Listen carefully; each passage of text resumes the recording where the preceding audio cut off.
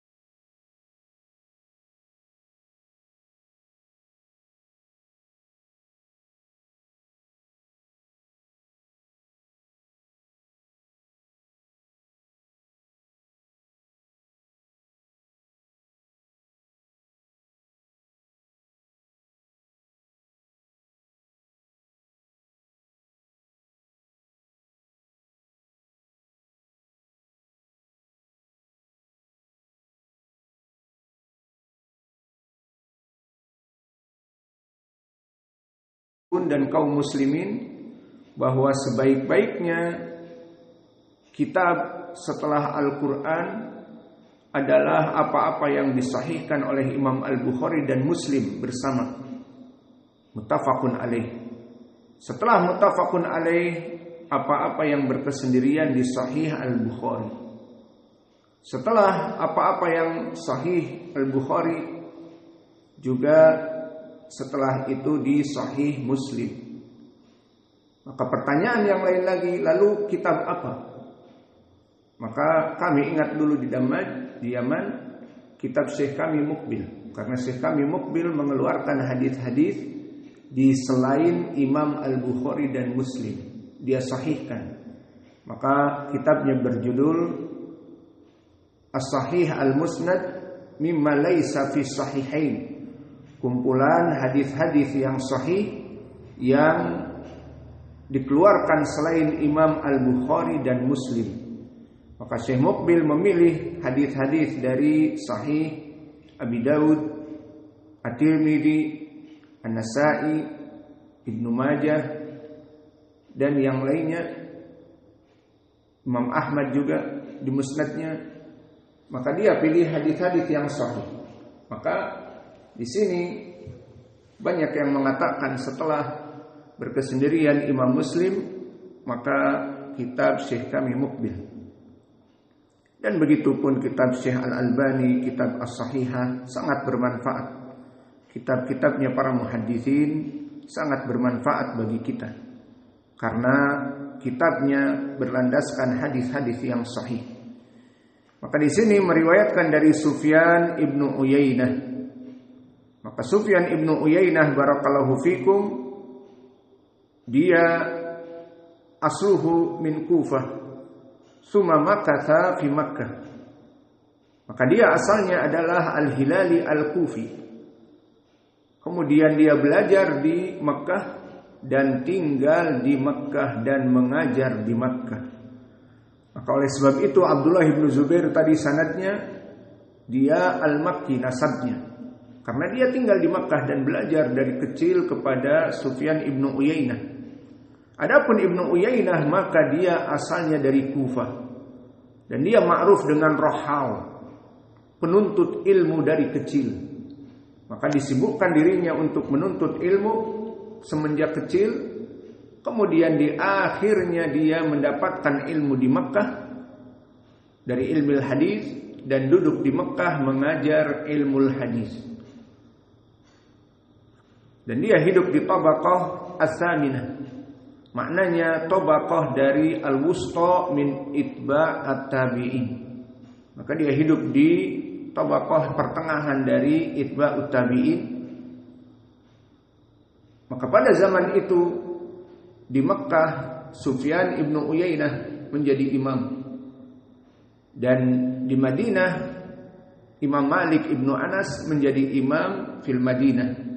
Maka bilad haramain, Al-Haram Al-Makki dan Al-Haram Al-Madani, semuanya dikuasai oleh ahli sunnah dan ilmu hadis. Maka Imam Asy-Syafi'i mengatakan laula Malik wa Ibnu Uyainah la dhahaba ilmal hadis fil Hijaz.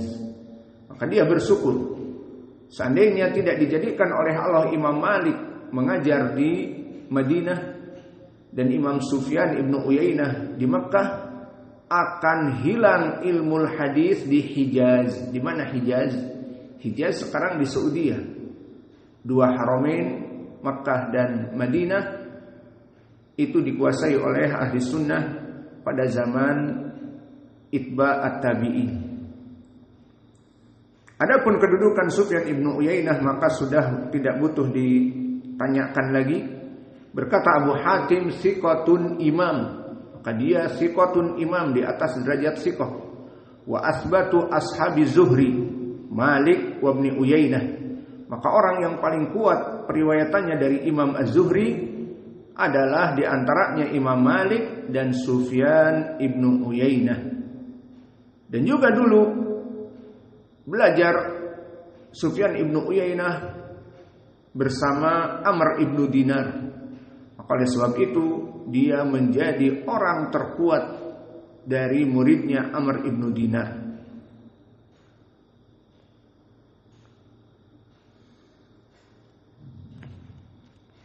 Kemudian kita masuk kepada sanad yang berikutnya. Haddatsana Al-A'mash. Al-A'mash maka dia adalah Sulaiman ibnu Mihran Al-A'mash. Dan kalimat Al-A'mash bukan nisbah kepada suatu negeri. Dia asalnya dari Kufah, jadi Al-Kufi. Namun Al-A'mash kepada keadaan dari fisiknya dia. Maka Al-A'mash adalah matanya juling dan seterusnya. Yang satu ke kanan, yang satu ke kiri, maksudnya tidak sinonim. Alhasil itulah makna Al-A'mash, dari penyakit mata. Maka orang ini akhirnya digelari Al-A'mash. Namanya Sulaiman ibnu Mihran. Dan kedudukan Imam Al-A'mash juga imam muhaddis. Maka Abu Hatim mengatakan thiqatun yuhtaju bi hadithihi. Dan Yahya ibnu Ma'in pun mengatakan thiqah, dan bahkan dia adalah seorang imam. Dan dia menguasai dua ilmu yang kembali kepadanya agama ini. Maka dari segi ilmu qiraah, seperti yang kita pelajari di qiraah asyarah, maka dia imamnya, imam qiraah di zamannya. Dan dari segi ilmu hadis dia imamnya. Maka dia mempunyai dua cabang ilmu, Al-Quran dan hadis, dan menjadi imam di kedua cabang itu. Maka kedudukan Imam Al-A'mash di Kufah sangatlah kuat dari qiraahnya dan dari ilmu hadisnya. Namun yang namanya manusia, the human is not complete. Maka manusia itu tidak ada yang sempurna.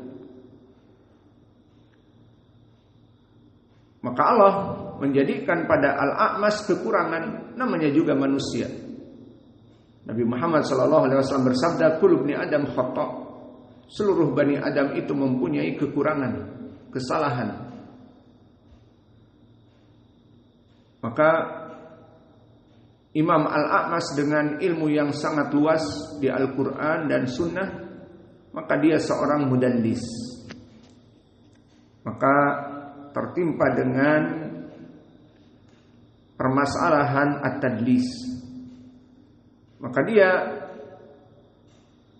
dihukumi oleh para ulama jika dia meriwayatkan hadis dengan an, tidak tasrih dengan haddatsana, akhbarana, amba'ana, sami'tu, maka didhaifkan hadisnya.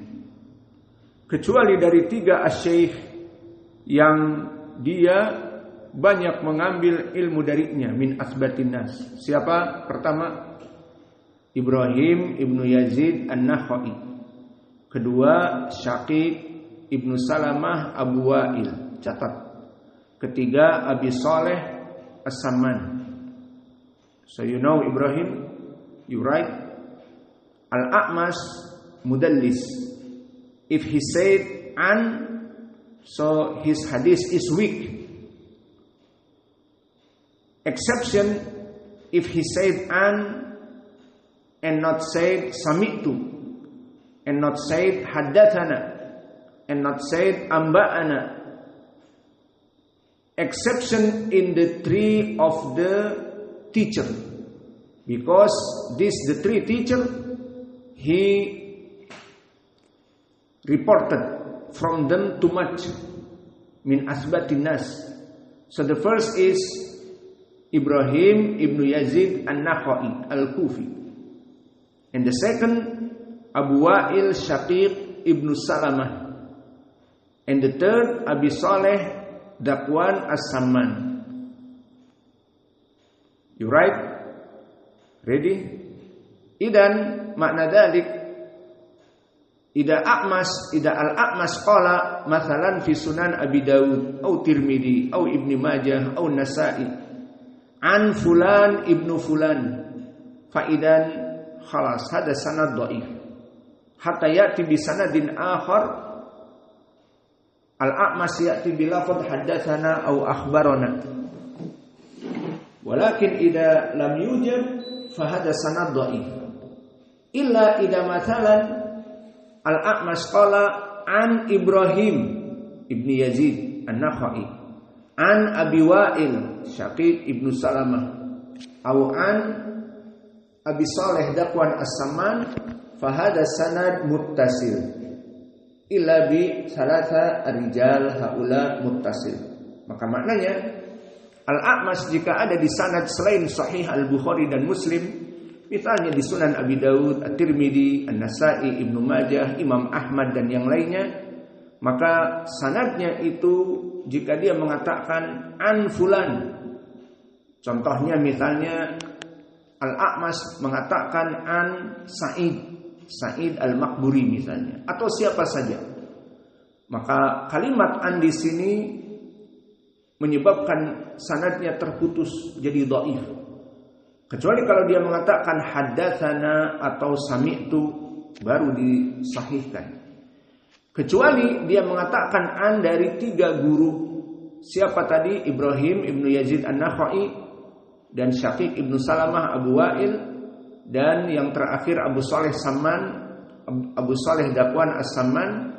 Jika dia mengatakan an dari 3 orang ini bersambung, maka ini ucapan Imam Adz-Dzahabi di dalam kitabnya Al-Mizan, dan ini yang dilakukan oleh para ulama atas hadisnya.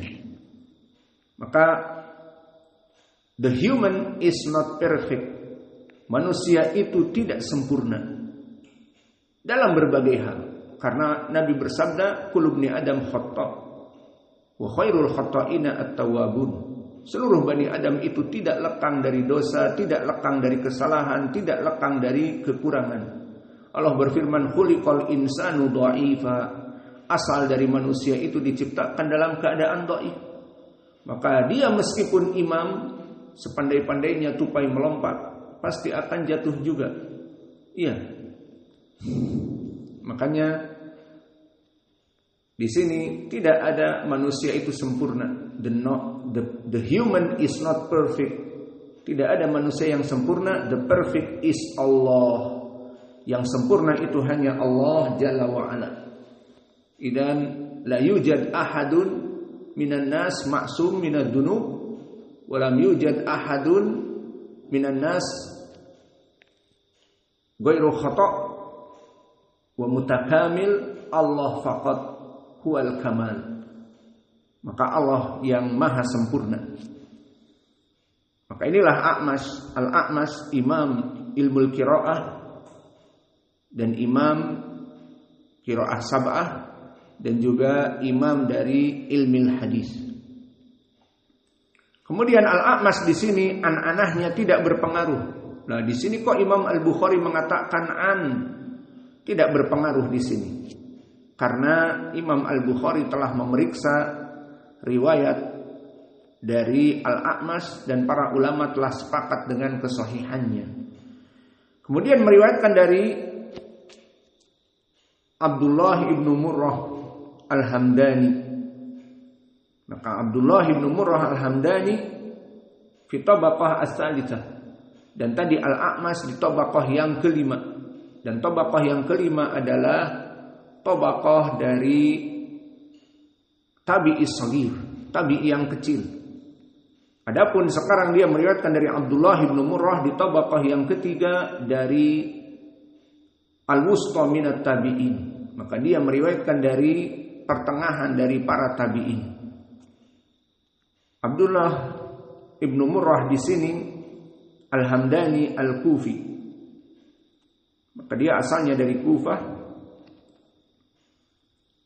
Dan dia telah dithiqahkan oleh para ulama. Berkata Yahya ibnu Ma'in thiqah.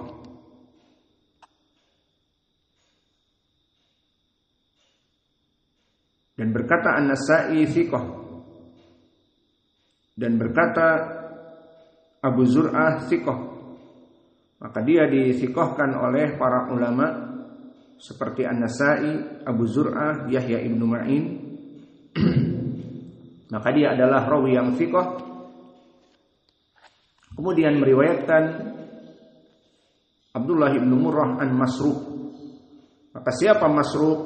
Masruq ibnul Ajda' Al-Hamdani. Sama Al-Hamdani nisbah kepada Al-Kufi, bal Al-Wadi'i Al-Hamdani. Maka kabilahnya sama seperti kabilah Syekh kami Muqbil ibnu Hadi Al-Wadi'i Al-Hamdani. Maka asal dari Al-Wadi'i Al-Hamdani dari Irak, dari Kufah. Wallahu a'lam bagaimana dulu kakek-kakeknya Syekh Muqbil datang ke Yaman. Maka di sini dia Masruq ibnul Ajda' Al-Wadi'i Al-Hamdani Al-Kufi. Dia masuk kepada tabaqah yang kedua. As-saniyah, tabaqah yang kedua adalah tabaqah kibar dari para tabi'in. Maka dia dari para tabi'in yang besar. Wa Masruq huwa kadalik imam. Faqad wathaqahu al-ulama bikatsir. Para ulama telah mentausiknya dengan banyak. Maka meriwayatkan hadis Masruq dari Abdullah. Siapa Abdullah di sini? Abdullah ibnu Umar, Abdullah ibnu Abbas, Abdullah ibnu Mas'ud, Abdullah ibnu Zaid. Hus here ya Ibrahim. Hus Abdullah here. Abdullah ibnu Mas'ud. Ahsan. So now the Abdullah here is Abdullah ibnu Mas'ud. Abdullah di sini adalah Abdullah ibnu Mas'ud. Ini orang Rusia juga pintar hadis. Abdullah ibnu Mas'ud di sini dia sahabi yang agung dan dia Al-Madani dan nasabnya Al-Hudali Al-Makhzumi. Maka dia minas sabiqin al-awwalin. Dia termasuk dari orang-orang terdahulu yang masuk kepada al-Islam. Maka Abdullah di sini bukan Ibnu Umar dan bukan Ibnu Abbas, tetapi Abdullah ibni Mas'ud. Lalu mana wajah pendalilan di sini? Laisa min nafsin tuqtalu dulman illa kana ala ibni Adam al-awwal kiflun minha. maka tidaklah terjadi suatu pembunuhan di muka bumi ini kecuali anaknya Bani Adam, dia akan mendapatkan saham dari pembunuhan karena dia dulu orang pertama yang mengajari pembunuhan kepada manusia.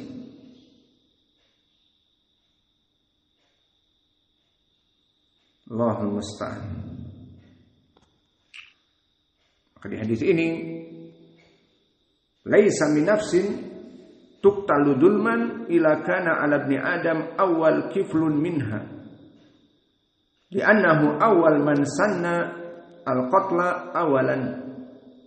So Nabi Muhammad sallallahu alaihi wasallam said, narrated Abdullah ibn Mas'ud, none is killed unjustly, but the first son of Adam will have a part of its burden.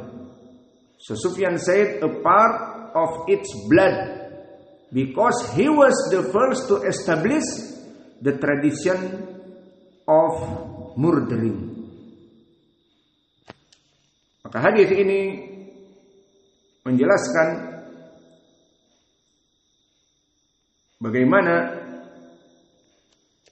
anak dari Adam dahulu yang mengajari untuk membunuh saudaranya dikarenakan persengketaan, dan kisahnya ma'ruf di Sahih Al-Bukhari dan Muslim. Maka yang menjadi poin di sini, tidaklah jika terjadi suatu pembunuhan dikarenakan kedoliman, seorang muslim membunuh muslim yang lainnya, bahkan kufar membunuh yang lainnya, maka tidaklah kecuali anaknya Adam yang dulu membunuh saudaranya itu, maka dia mendapatkan saham keburukan. Kenapa?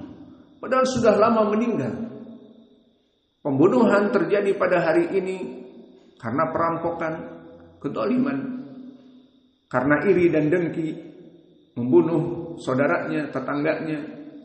Maka anak Adam ini akan mendapatkan saham dari pembunuhan dosa di waktu yang akan datang dan terus menerus sampai hari kiamat. Maka ini kenapa? Karena dia orang pertama yang mengajari masalah penyelesaian dari pembunuhan, penyelesaian dari hatinya yang hasad, iri, dengki kepada saudaranya dengan diselesaikan, ditiadakan di muka bumi ini oleh dia dengan dibunuh. Maka orang-orang yang membunuh secara zalim dalam keadaan pembunuhan, dia mendapatkan saham dari dosa darah yang ditumpahkan ke muka bumi ini. Kenapa? Li'annahu awal man sannal qatla awalan.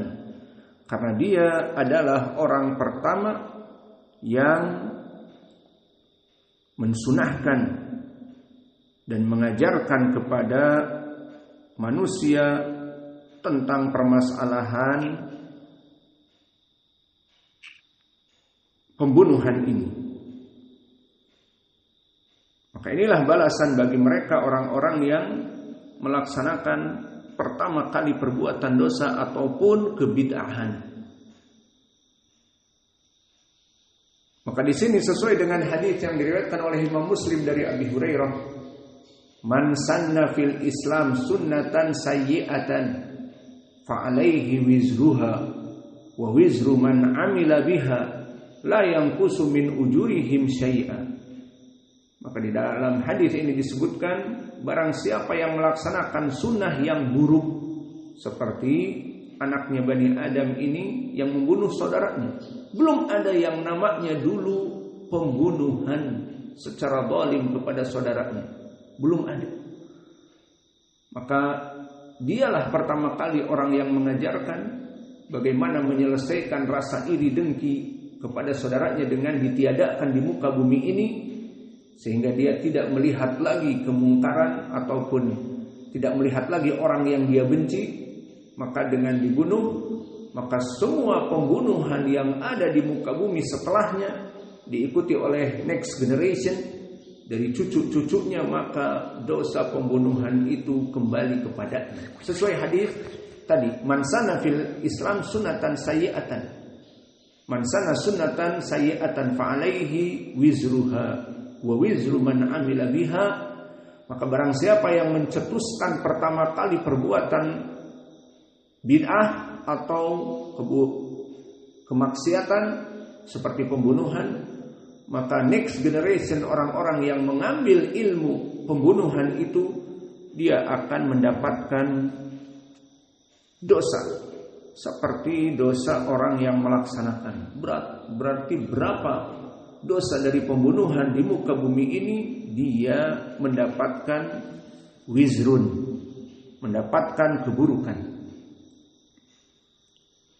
Dan ini sesuai dengan ucapan Allah yang bersifat umum, bukan hanya masalah pembunuhan, seperti orang-orang kufar musyrik yang memusuhi Islam, maka mereka mengajak untuk melaksanakan kesyirikan, untuk menjauhi dari agama yang hak, yasuddu an sabilillah, membuat orang-orang tidak datang belajar kepada misalnya kelompok ahli sunnah ataupun yang lainnya, maka semuanya akan mendapatkan dosa-dosa. Seperti di dalam Al-Quran Allah berfirman, liyahmilu auzarahum kamilatan, seperti yang disebutkan oleh Imam Al-Bukhari yaumal qiyamah di dalam babnya. Liyahmilu auzarahum kamilatan yaumal qiyamah wa min auzaril ladina yudillunahum bighairi ilmin alla sa'a ma yazirun. Di surat An-Nahl disebutkan bahwa orang-orang yang mengajak kepada kesyirikan, kekufuran, liyahmilu auzarahum, maka mereka itu akan membawa dosa-dosa sepenuhnya di hari kiamat. Wa min auzaril ladina yudillunahum bighairi ilmin, dan orang-orang yang tersesat jalannya karena mengikuti penyembahan kepada selain Allah, mengikuti dengan harta, diiming-imingi harta dan takut dan yang lainnya, maka orang-orang yang musyrik kafir pengikutnya ini pun masuk kepada dosa dan dia mendapatkan dosanya juga. Ala sa'a ma yazirun, maka tidaklah mereka mendapatkan saham-saham kepada keburukan. Maka kelompok gembong-gembong dari kesyirikan yang sekarang ada dari Yahud dan Nasara yang berputar di dunia ini dengan kemampuan uang mereka dan bisa membolak-balikkan dunia dengan tangan mereka, dari kelompok-kelompok yang besar, Freemasonry dan yang lainnya, maka gembong-gembong ini akan mendapatkan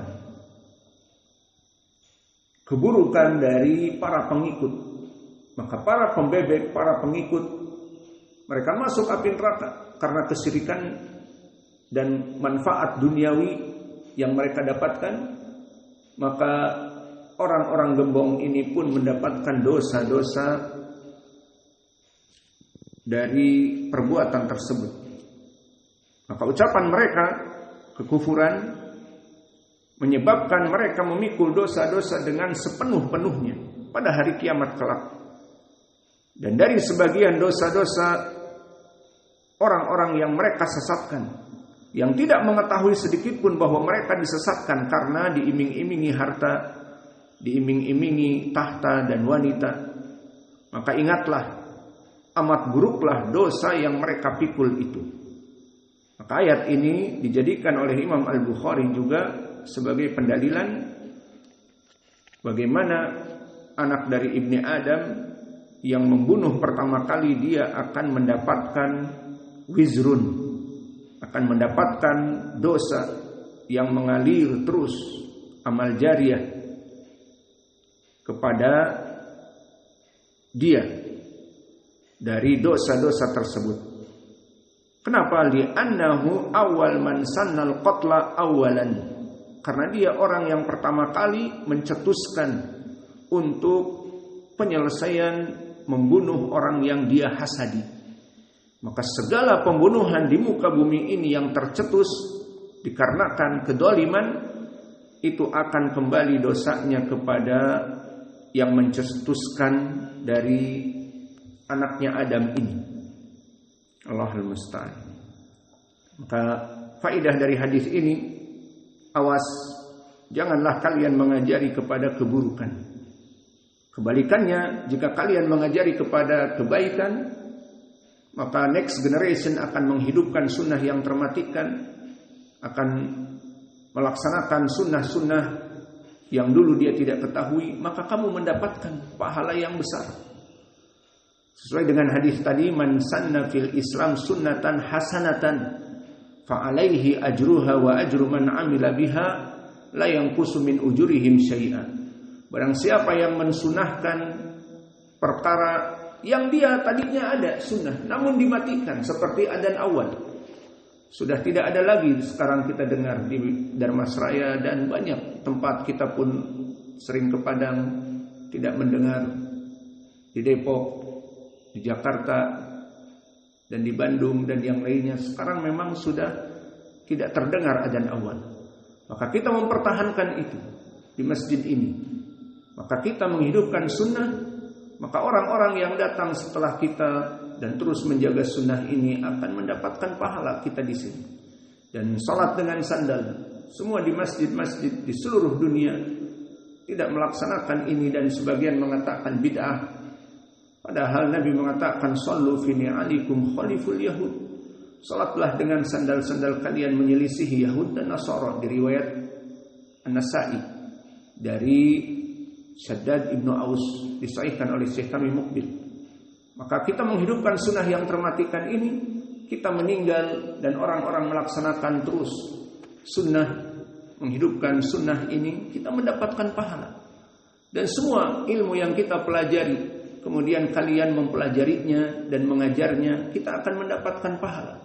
Dan kita menulis kitab, kemudian kitab itu dipelajari seperti sekarang Imam Al-Bukhari menulis kitab, kemudian kita membaca kitab Sahih Al-Bukhari dan beriman kepada hadis-hadisnya yang sahih dan mengamalkan amalan-amalan, maka Imam Al-Bukhari mempunyai keutamaan saham dari kebaikan. Man sanna fil Islam sunnatan hasanatan fa alaihi ajruha wa ajru man amila biha. Maka para next generation seperti kita berbeda dengan Imam Al-Bukhari berapa ribu tahun? 1400 tahunan. Imam Al-Bukhari dia di 200 Hijriah. Dan kita sekarang 1400, berarti 1200 tahun yang lalu. Maka Imam Al-Bukhari di saat kita membaca kitab sekarang akan mendapatkan pahala, karena man sana sunnatan hasanatan. Dan barang siapa yang menulis kitab keburukan seperti Marx dan Karl Marx yang menulis kitab tentang komunis dan diikuti oleh negeri-negeri yang komunis, dan dijadikanlah negeri dengan sistem komunis dari pemikiran Karl Marx, maka semua pembunuhan yang ada dikarenakan permasalahan komunisme itu kembali kepada si Karl Marx tadi. Karena kitab ini yang menyebabkan kesesatan dan pembunuhan dan politik dan yang lainnya karena komunisme. Maka itulah dari man sanna fil Islam sunatan sayyi'atan. Dan begitu pun di sini, setiap ada pembunuhan secara kedoliman, maka anaknya Adam di sini akan mendapatkan kiflun, mendapatkan saham. Kenapa? Li'annahu awal man sannal qatla awalan, because he was the first of establish the tradition of the murdering. So all the people killing men with oppressed with dulm, so he have sahm, he have some bed. Allahul musta'an. Maka wajah pendalilan di dalam hadis ini, barakallahu fikum, tamasuk bisunnah maka dia akan mendapatkan pahala dan pahala bagi orang-orang yang melaksanakan setelahnya. Wa naktafi ila huna wa jazakumullahu khairan wa barakallahu fi ilmikum. Subhanakallahumma bihamdika asyhadu an la ilaha illa anta astaghfiruka wa atubu ilaik. Fadhalu hafizakumullah.